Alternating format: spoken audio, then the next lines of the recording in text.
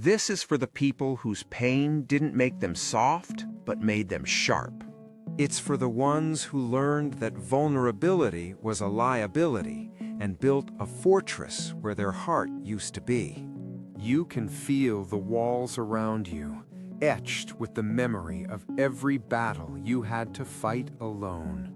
There's a moat of silence and a gate that rarely opens, not because you hate the world, but because you fear it.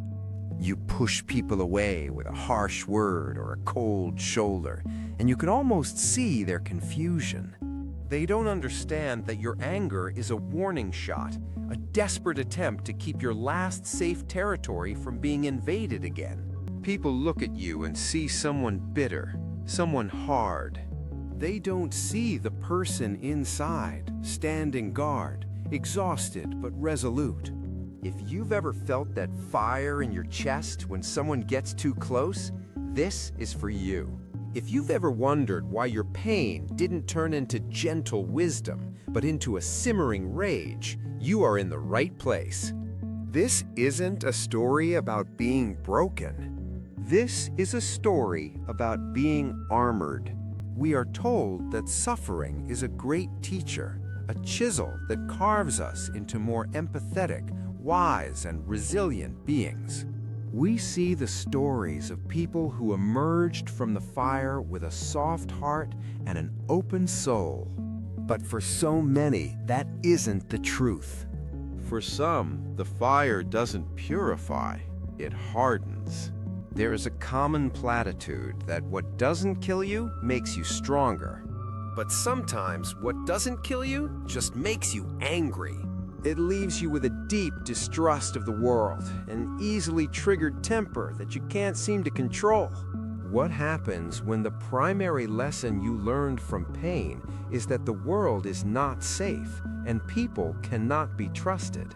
What if your survival didn't lead to enlightenment, but to a perpetual state of defense? In this video, we're not going to talk about turning your scars into stars. Instead, we are going to explore the psychology of that anger. We will deconstruct why it's there, what purpose it served, and why it is not a sign that you are broken. We will give it a name, a history, and a reason. Because your anger is not madness. It is a map of your deepest wounds and a testament to your will to survive. This is the validation you may have never received, and it starts now. To understand this anger, we must first recognize that it rarely travels alone. Psychologically, we know that anger is often a helmet worn over emotions that feel too vulnerable to show the world. Beneath the rage, there is often a deep well of unprocessed grief, a cavern of profound sadness, or a terrified child who was never protected. It feels far safer to be the person who is angry than the person who is heartbroken. Anger feels powerful. Sadness feels powerless. Anger creates distance. Hurt invites unwanted pity. So you learned, unconsciously, to perform a kind of emotional alchemy. You learned to transform the molten core of your pain into a hard, protective shell. Consider this scenario. A friend cancels plans at the last minute, and you feel a surge of disproportionate rage. It's not about the canceled plans. It's because that small act of unreliability triggers a deep, primal memory of being let down, of being abandoned, of feeling like you don't matter. The anger is a shield that rises instantly to protect you from feeling that devastating worthlessness ever again. Or think about the cynicism that coats your perception of others. Someone offers you a compliment, and your first thought is, what do they want? This isn't you being negative. This is a defense mechanism forged by a history of kindness being used as a weapon against you. Your mind has learned that hope is a liability and disappointment is a guarantee. So you preemptively reject connection, to avoid the pain of its eventual loss. This defensive anger becomes a reflex, an automatic response wired into your nervous system. It is the armor you wear over a heart that is still breaking. You build these walls higher and higher, convinced they will keep you safe. And then one day, you look around and realize you are desperately lonely inside them. Why do we create these prisons for ourselves in the name of safety? From a psychological perspective, this isn't a character flaw. It's a set of highly sophisticated, albeit painful, adaptations. To give this a name, let's call the first mechanism Protective Cynicism. This is the learned belief that expecting the absolute worst is the only reliable way to protect yourself from disappointment and betrayal. It develops when your history has shown you, time and again, that hope is dangerous. Maybe as a child, every time you expressed excitement, it was met with dismissal or used as leverage against you. So your young mind made a logical decision. If I never hope for anything, I can never be crushed when it's taken away. Protective cynicism isn't pessimism. It's a preemptive strike against future pain. It's the grim security of saying, I knew it when things go wrong. Because being right feels less painful than being hurt. The second mechanism we can call reactive defensiveness. This is the easily triggered response system that gets activated when your vulnerability has been consistently punished.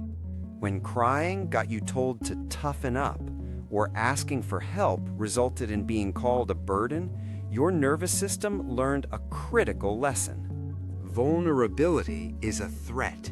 So now even a hint of perceived criticism or a minor mistake feels like a full attack.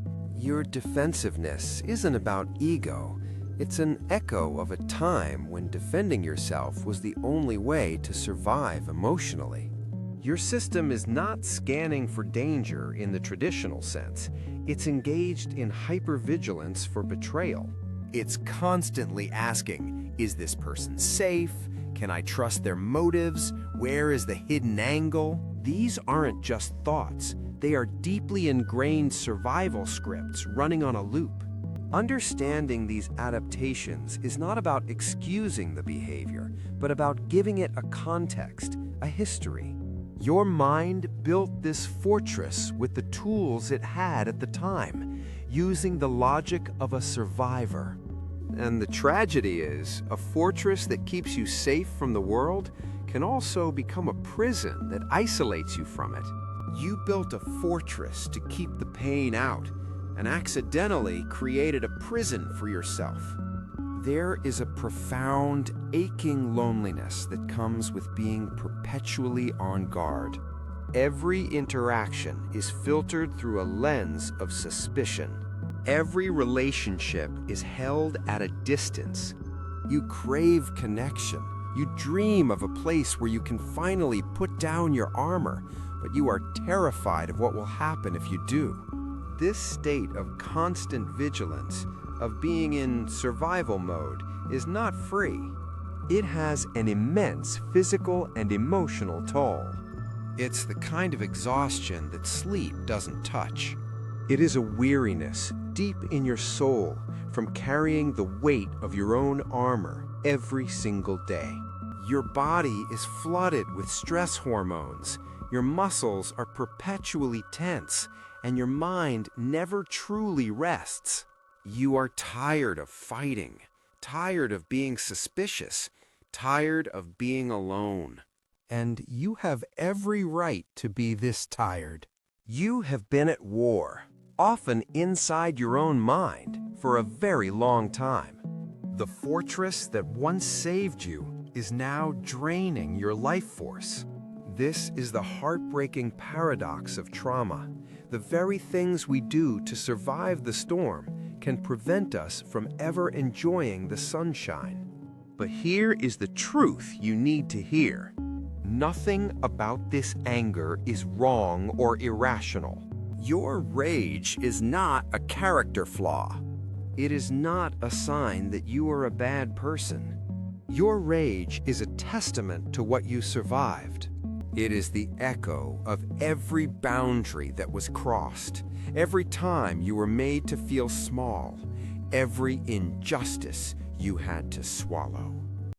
Let's reframe this entirely. Your anger is not a monster to be slain. It is a loyal, fierce guardian. When you were unprotected, it stood up for you. When your voice was silenced, it roared. When no one else would fight for you, it went to war on your behalf. Think of it like a guard dog that was trained in a war zone. Its only job was to protect you at all costs, so it learned to bark and snarl at everything that moved. It can't tell the difference between a friend with a gift and a foe with a weapon. It only knows the command, keep them away, keep us safe. You are not broken. You are armored. Your hardness is not a flaw. It is a shield forged in fire. And acknowledging the service of this guardian is the first step toward teaching it that the war is over. So what can you actually do about this? This isn't about fixing your anger or getting rid of it. That would be like firing the loyal guard who kept you alive through the darkest nights. The first step is not to banish it, but to understand it. It is about opening a line of communication with this part of yourself. Here is a simple, tangible practice. The next time you feel that hot surge of anger or that cold wall of cynicism rise up, pause for just a moment. And instead of acting on it or judging yourself for it, ask it a question. You can do this in a journal or just in your own mind. Ask your anger, what are you trying to protect me from right now? Not, why are you here, which is accusatory, but what are you protecting me from, which is curious. This simple question shifts your relationship with the anger. You are no longer its victim. You are its partner in discovery. The answer might be, I'm protecting you from feeling rejected. I'm protecting you from being taken for granted. Or, I'm protecting you from feeling powerless again.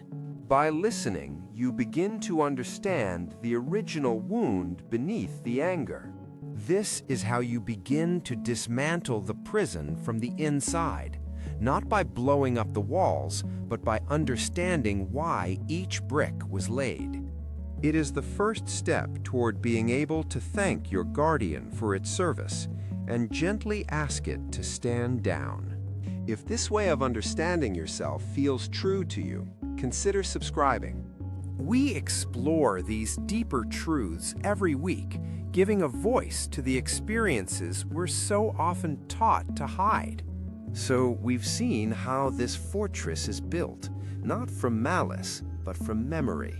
We've seen how anger becomes a shield, how cynicism becomes a strategy, and how defensiveness becomes a reflex.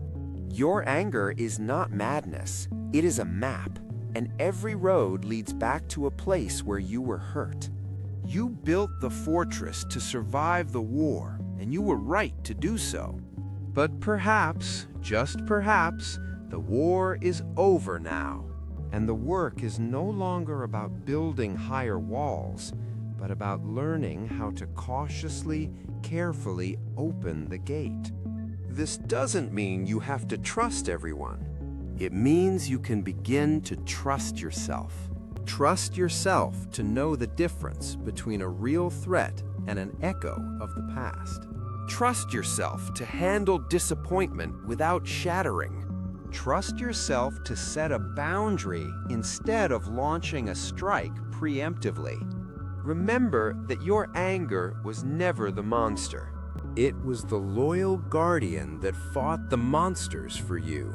Now you can thank it for its service and let it know that you are safe enough to take the lead. You are the sovereign of your own inner world now, and you get to choose peace. For everyone who has lived inside this fortress, thank you for letting me speak to the person inside. Your story is not one of bitterness, but of incredible resilience. Share this with someone who might feel this way to let them know they are not alone. Be kind to yourself and be patient with your guardian. It has served you well.